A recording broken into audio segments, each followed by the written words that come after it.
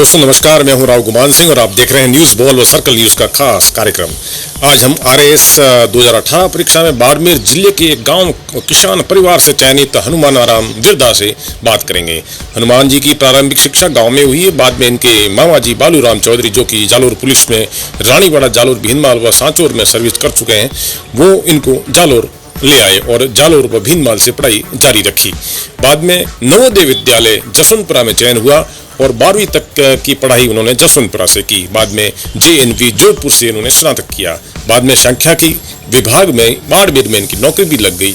अब आरएएस 2018 में 22वीं रैंक पर इनका चयन हुआ है, जो कि जालोर और बाड़मेर के लिए गर्व की बात है। देखें क्या बताया हनुमान जी बिरदा ने। सिलेक्शन हुआ है इस परीक्षा में और अच्छी रैंक पे हुआ है, तो इसके लिए हमारी तरफ से और हमारी पूरी टीम की तरफ से आपको हनुमान जी को बहुत बहुत बधाई हो। और आप वैसे मान लीजिए जी के बाणे जो तो हमारे भी बाणे जो है, तो उस नाते आपको अपना देते हैं। अब थोड़ा हमारे व्यूअर्स हैं, जो हमारे जो दर्शक देख रहे हैं, वो उनको आप बताएं कि आपका जो पारिवारिक पृष्ठभूमि के बारे में, क्या एजुकेशन, कहाँ से एजुकेशन लिया, प्राइमरी एजुकेशन है, कॉलेज एजुकेशन है, उसके बाद क्या कोचिंग किया, कि कोई गवर्नमेंट का जॉब कर रहा है, उस बारे में थोड़ा बताएं आप। शुरुआत करें आप हनुमान जी। जी सर, मैं बाड़मेर डिस्ट्रिक्ट के बिलोंग करता हूँ। और आवाज आ रही है सर? हाँ, हेलो, आ रही है। और मैंने अपनी प्रारंभिक एजुकेशन 5वीं तक घर के पास ही प्रारंभिक स्कूल से ली है। और उसके बाद मैं 6 क्लास में अपने मामा जी के साथ जालोर डिस्ट्रिक्ट में पढ़ाई करने गया। वहाँ पर भीनमाल और जसवंतपुरा में मैंने 6 से 8 क्लास तक पढ़ाई की। और उसके बाद मेरा चयन जवाहर नवोदय विद्यालय जसवंतपुरा जिला जालोर में चयन हो गया था। इसमें 9 से 12 तक मैंने वहाँ पढ़ाई की। 2013 में जसवंतपुरा नवोदय से पास आउट होने के बाद मैं जयनारायण व्यास विश्वविद्यालय जोधपुर में 2016 तक ग्रेजुएशन की। और उसके बाद मैंने आरएएस के लिए मैंने अपने प्रयास करने प्रारंभ किए। और प्रथम प्रयास मैंने 2016 में आरएएस का दिया, एग्जाम कर किया। और इस दौरान मुझे जो 5वीं क्लास के बाद यहाँ तक पहुँचने के लिए जो मामा जी से एक पढ़ाई करने का आगे जो मुझे संसाधन उपलब्ध कराया गया, जो रास्ता उपलब्ध कराया, उसके लिए मैं मामा जी का बहुत आभार व्यक्त करता हूँ। और उन्होंने जो मुझे सिखाया कि विकल्पहीन संकल्प का जो उन्होंने मुझे एक प्रेरणा दी।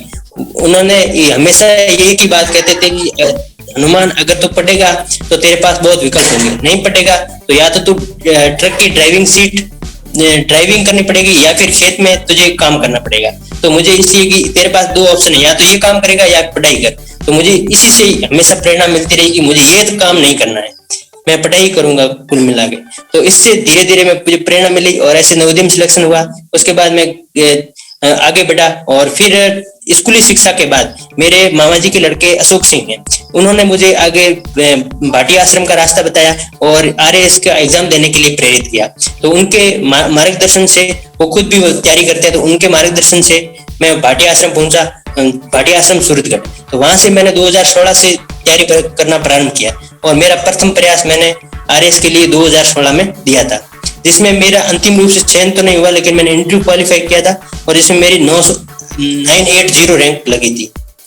और उसके बाद 2018 के लिए नेक्स्ट टाइम में उस असफलता से निराश न होकर मेरे परिवारजनों और सभी के जो मुझे एक संबल प्रदान किया, उसके बाद मैं निराश न होकर पुनः प्रयास में जुट गया और वापस दोबारा से तैयारी शुरू की। और इस दौरान मुझे लगा कि कहीं न कहीं थोड़ी पारिवारिक स्थिति के कारण, आर्थिक प्रॉब्लम सामने आने की वजह से मैंने एक अन्य भर्ती का भी फॉर्म भरने का निश्चय लिया। और जिसमें जो सांख्यिकी विभाग में संगणक की भर्ती उस समय आई हुई थी, तो मैंने उसमें फॉर्म भरा और 2018 में मेरा उसमें चयन हो गया। और वर्तमान में मैं आर्थिक और सांख्यिकी विभाग बाड़मेर में संगणक पद पर कार्यरत हूँ। और इसी के साथ मैंने अपने जॉब के साथ साथ इस तैयारी को जारी रखा। और जो श्री गंगानगर में सूरतगढ़ में भाटिया आश्रम है, वहां से प्रवीण जी भाटिया सर की प्रेरणा से मैं लगातार तैयारी से उनसे जुड़ा रहा और उनके मार्गदर्शन में तैयारी करता रहा। और इस वजह से मैं आज इस मुकाम पर हूँ। और मुझे आशा से भी अधिक, कि मुझे उम्मीद नहीं थी कि मेरी इतनी अच्छी रैंक आएगी। हाँ, मुझे इतना विश्वास था कि मेरा सिलेक्शन जरूर हो जाएगा, लेकिन उम्मीद से भी बढ़कर ये 22वीं रैंक मुझे प्राप्त हुई है। इसके लिए मैं अपने परिवारजनों, अपने मामा जी भैया अशोक सिंह और गुरुजी प्रवीण जी भाटिया और सभी साथियों को मैं साधुवाद देता हूँ। बहुत अच्छी बात बताई आपने हनुमान जी, और वास्तव में ये प्रेरणादायक बात है। और मामा जी ने भी हेल्प की है, भाई ने भी हेल्प की, अशोक जी ने भी, ये बहुत अच्छी बात है। और दूसरे भी मामा है, काका है, वो भी इस तरह इनसे प्रेरणा लें बालाराम जी से कि भाई वो भी अपने भाई भतीजों को और मामा भाणेजों को शिव प्रदान। एक अगला सवाल मैं आपसे करूंगा कि भाई ये आपकी बिरादरी के काफी तादाद में, लाखों की तादाद में राजस्थान में स्टूडेंट है जो ये आरपीएससी की और यूपीएससी की तैयारी कर रहे हैं। बेचारा गरीब भी है, कोई प्रतिभावान भी है, तो उनके लिए कोई आप क्या मैसेज देंगे कि आपको किस तरह की तैयारी करनी है, किस तरह की तैयारी नहीं करनी है, हौसला बुलंद रखना है, हारना नहीं है? तो उस बारे में थोड़ा जो है ना पूरी का पूरा थोड़ा उनको समझाया कि आप ऐसा गाइड करें, आप एक बताएं आप थोड़ा। जी, मैं खुद एक मध्यम वर्गीय किसान परिवार से हूं, तो मुझे लगता है कि आज राजस्थान के प्रत्येक बच्चे की जो गांव से बिलोंग करता है उसकी सेम समस्या मैंने भी फेस की है। तो मुझे लगता है कि अगर मैं यहाँ तक पहुंच सकता हूँ एक मध्यम परिवार से, तो आप उचित मार्ग पर चलकर अपनी पढ़ाई को निरंतर पढ़ाई के माध्यम से इस मुकाम तक पा सकते हो सकता है कि प्रारंभ में आपको असफलता भी हासिल हो, लेकिन उससे घबराना नहीं है। आप इस प्रयासों में जुट जाना है और अपने जो ईमानदार प्रयास किए जाएंगे उसकी भगवान हमेशा उसकी तरफ देखता है और आपका लक भी साथ देगा और एक दिन सफलता अवश्य मिलेगी। ये इसकी तो तैयारी करते हैं, ये ऑनलाइन भी करते हैं, कुछ लोग ऑफलाइन भी कर रहे हैं, कुछ लोग कोचिंग भी कर रहे हैं, कुछ सरकारी नौकरी के साथ जैसे आपने तैयारी की है। तो तैयारी कैसी करनी चाहिए, कौन सी तैयारी करें, ऑफलाइन करें या कैसे ऑनलाइन करें, तो वो कौन सा ठीक रहता है वो आपके, और थोड़ा आप भी बताएं। काफी लोग कंफ्यूज है कि कैसी तैयारी की जाए। जहां तक मेरा मानना है, मैंने कभी ऑनलाइन तैयारी कभी की नहीं, मैंने ऑफलाइन ही आज तक पढ़ी है। और किताबों से सच्चा और कोई मित्र नहीं होता है। किताबें आपको बहुत कुछ सिखा सकती है। तो मुझे लगता है कि आप अपने स्वयं के नोट्स बनाए, किसी और के बनाए हुए नोट्स न पढ़ के खुद के नोट्स बनाए और ऑथेंटिक बुक्स पढ़ने के साथ साथ रेगुलर निरंतर, भले ही आप 4 घंटे भी पढ़े, लेकिन निरंतर पढ़ाई परम आवश्यक है। और आप ज्यादा न पढ़ के केवल थोड़ी पढ़ाई करें, लेकिन पढ़ाई में निरंतरता अवश्य होनी चाहिए और ये निरंतरता ही आपको सफलता के मार्ग पर ले जाती है। ये बात बिल्कुल सही कही आपने, रेगुलरिटी बहुत जरूरी है और उसमें व्यवधान नहीं आना चाहिए। और आपने जो अच्छी रैंक से जो सफलता हासिल की है, तो अब आपका फ्यूचर का प्लान भी तो होगा आगे बढ़ने का। क्या है आपके सपने, क्या है आपके ख्वाब, क्या है वो थोड़ा बताएं हमें भी, हम भी आपके सहभागी बने।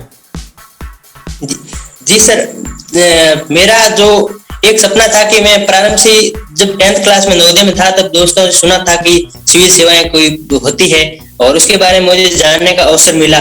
तो धीरे धीरे जो मेरे सीनियर्स थे उनसे मुझे प्रेरणा मिली कि सिविल सेवा में कैसे जाना है। जब बड़ा हुआ तो परिपक्वता आई, तो मुझे लगा मुझे बहुत अच्छा है, जिसमें जो हम जिस तरह से, जिस पृष्ठभूमि से हम आते हैं, इस तरह के लोगों के लिए, किसानों के लिए या अपने तरह के लोगों के लिए हम सिविल सेवा में जाके बहुत कुछ कर सकते हैं। तो मेरा जो जीवन का अंतिम लक्ष्य वो यही है कि इस सेवा में सिलेक्शन होना इम्पोर्टेंट नहीं है, उससे भी बढ़कर जो इन सेवा में आके अब मुझे जो मेरा काम अब प्रारंभ होता है, तो मुझे जो अब लोगों के लिए धरातल स्तर पर जो काम करना है, मुझे लगता है यही मेरे जीवन का प्रमुख लक्ष्य है।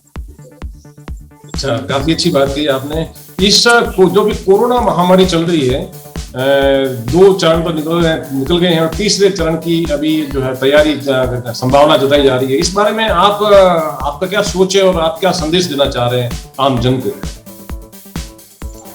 जो पीछे जो लास्ट के जो कोरोना की जो दो लहर थी, वो मुझे लगता है कि कहीं ना कहीं देश के जो आर्थिक और सामाजिक ढांचे को उसने कहीं ना कहीं बहुत नुकसान पहुंचाया। तो मुझे लगता है कि तीसरी लहर की जो संभावना लग रही है, अगर हम सचेत होकर जो सरकार के जो गाइडलाइन है उनका पालन करके आगे बढ़ेंगे, तो मुझे लगता है कि तीसरी लहर आ भी जाए तो हम उसका अच्छे तरीके से मुकाबला कर सकते हैं। बहुत अच्छी बात कही आपने, आज हमारे लिए समय निकाला 10 मिनट, बहुत मेहरबानी। और मिलते रहेंगे हनुमान जी, और जिनकी लंबी पड़ी है तो हम आपको और बुलाते रहेंगे, हमारे स्टूडियो में बुलाएंगे और आशा करते हैं कि आप हमारे जालौर जिले में भी कहीं सर्विस करें, आपकी पोस्टिंग यहाँ हो। और दोबारा वंस अगेन आपको बहुत बहुत शुभकामनाएं, उज्जवल भविष्य की शुभकामनाएं बहुत बहुत। ठीक है Hanuman ji, thank you sir. Okay sir, thank you. Right. कैसा लगा आपको हमारा ये प्रयास? अगले चरण में हम राज्य की सफल हस्तियों से मुलाकात करवाएंगे। अपने सवाल जवाब और खास मूल्यवान सुझाव नीचे कमेंट बॉक्स में आप जरूर जाहिर करें और चैनल को सब्सक्राइब करना व घंटी को दबाना ना भूलें। तो कल मिलते हैं एक खास स्टोरी के साथ। जब तक राव गुमान सिंह को इजाजत दीजिए। जय हिंद, जय भारत।